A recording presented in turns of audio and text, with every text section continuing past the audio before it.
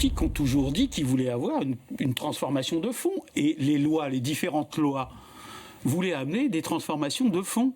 La problématique, c'est qu'il n'y a jamais eu de transformation de fond. Pourquoi ?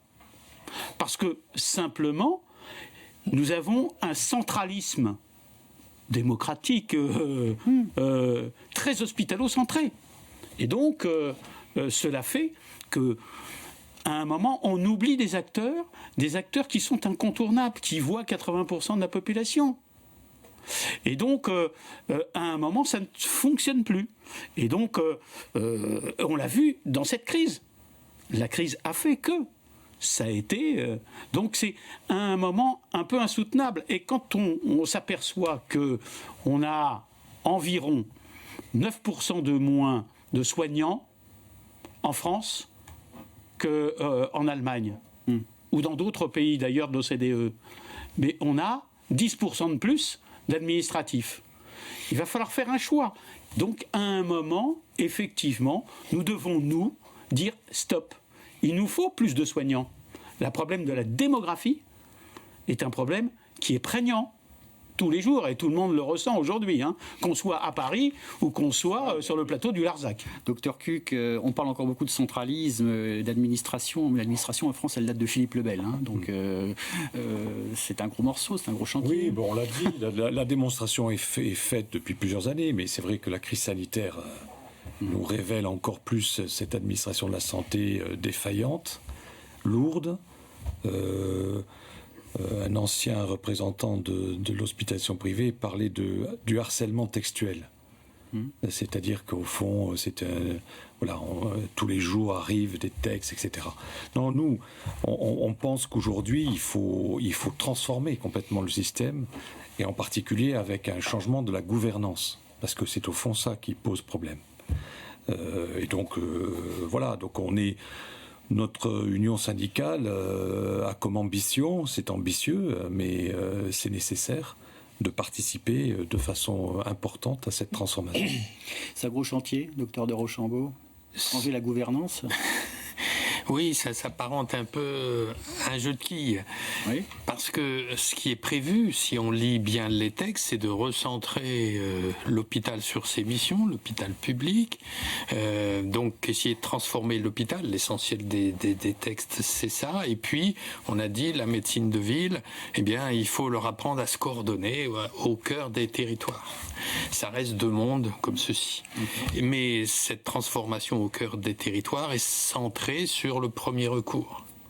On en est là, de l'exposition.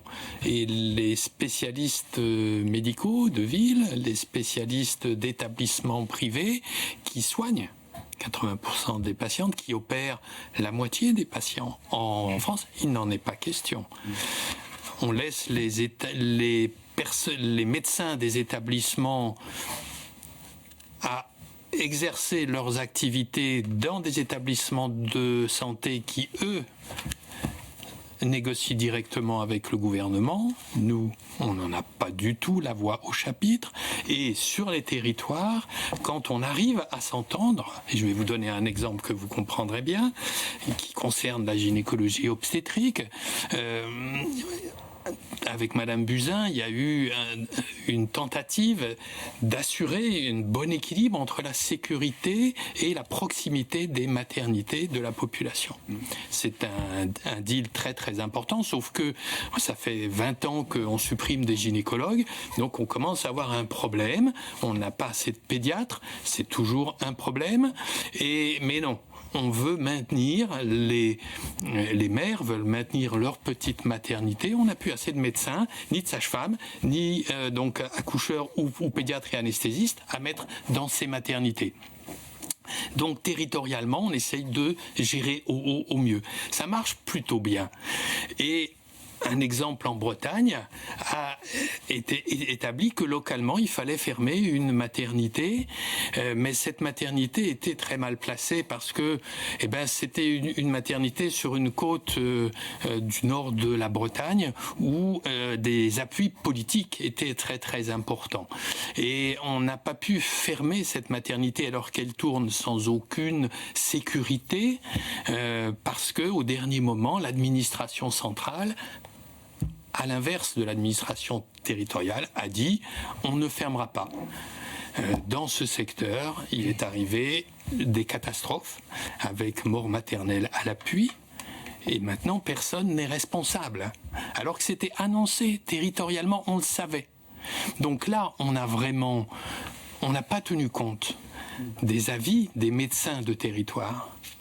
Et l'administration a imposé un choix territorial, une organisation. On ne peut pas laisser faire des choses comme ça. Où se situe maintenant le nœud du problème, docteur Gasser? Je crois que la problématique aujourd'hui, c'est qu'il y a un oubli. L'État ne connaît pas la médecine spécialisée libérale. Et il faut le redire. Et le redire. Parce qu'aujourd'hui, quand on veut réfléchir et donner des pistes pour donner une accessibilité aux soins, si on ne met pas le médecin spécialiste dans la boucle, ça ne marchera pas. Et aujourd'hui, on voit qu'on est en train de nous mettre en place des communautés professionnelles de territoire de santé. C'est un grand mot, hein, c'est ce qu'on appelle les CPTS couramment. Tout le monde en parle. Mais il faut savoir pourquoi on fait quelque chose. Et là aussi, on s'aperçoit que le réseau très informel qui existait, bien entendu, doit être mieux compris par le patient. Mais ça ne passe pas obligatoirement par une CPTS. Ça passe par une organisation qui est une organisation de réponse à une demande. Donc, chacun doit s'organiser. Alors après, autour de structures prenant, par exemple, ce qu'on appelle le soin non programmé, les semi-urgences. D'accord ? Il faut voir le patient dans les 48 heures. Cette réponse, elle peut être donnée par l'ensemble de la médecine spécialisée. Et d'ailleurs, elle la donne.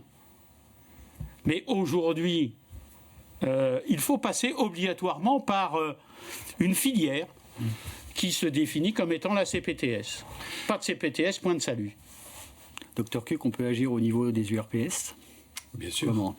Nous défendons l'idée que notre union syndicale spécialiste aura un rôle à jouer très important sur le territoire de santé et sur l'organisation. Et c'est en étant fort, en étant représentatif, en étant structuré que nous réussirons à imposer le spécialiste sur le territoire de santé. Donc il faut favoriser l'accès direct aux spécialistes dans les territoires, docteur Chambaud? C'est bien cela oui, dont on parle? Oui. Alors, pas forcément tous les spécialistes, pas forcément dans toutes les circonstances, mais aujourd'hui, il y a un dogme qu'il va falloir finir par fendre et par relativiser, c'est celui du passage obligatoire dans le parcours de soins par le médecin traitant. Et la première raison, elle est simple, tout le monde peut la comprendre, on n'a plus assez de médecins traitants. Ensuite, c'est rajouter une étape qui est souvent déjà une galère pour pouvoir être réalisée. Et ensuite, le médecin traitant, il fait ce qu'il peut. S'il y a des circonstances qu'il nous appartiendra de fixer, de définir, où on peut, pour une bonne efficacité, une bonne prise en charge et un financement par l'assurance maladie, avoir un accès direct aux médecins spécialistes, comme on l'a aujourd'hui dans certaines circonstances en gynécologie. Donc, dans notre spécialité, heureusement que pour une grossesse, il ne faut pas passer avant par le médecin traitant. Donc ça, c'est inscrit dans la Convention. Mais ceci s'impose aussi pour d'autres spécialités, d'autres situations cliniques. Et c'est là où il faut que nous pesions pour bien faire comprendre que si on veut fonctionner, on ne peut plus passer systématiquement sur le parcours de soins tel qu'il est fixé à l'heure actuelle. Attention, je ne dis pas qu'il faut supprimer le parcours de soins, ce serait une grave erreur. Mais il faut lui donner de la souplesse. Et c'est au maillage territorial que cette souplesse peut exister. Pourquoi ? Parce que les praticiens se connaissent. Et que donc il y a des relations entre les spécialistes du territoire et l'ensemble des médecins traitants.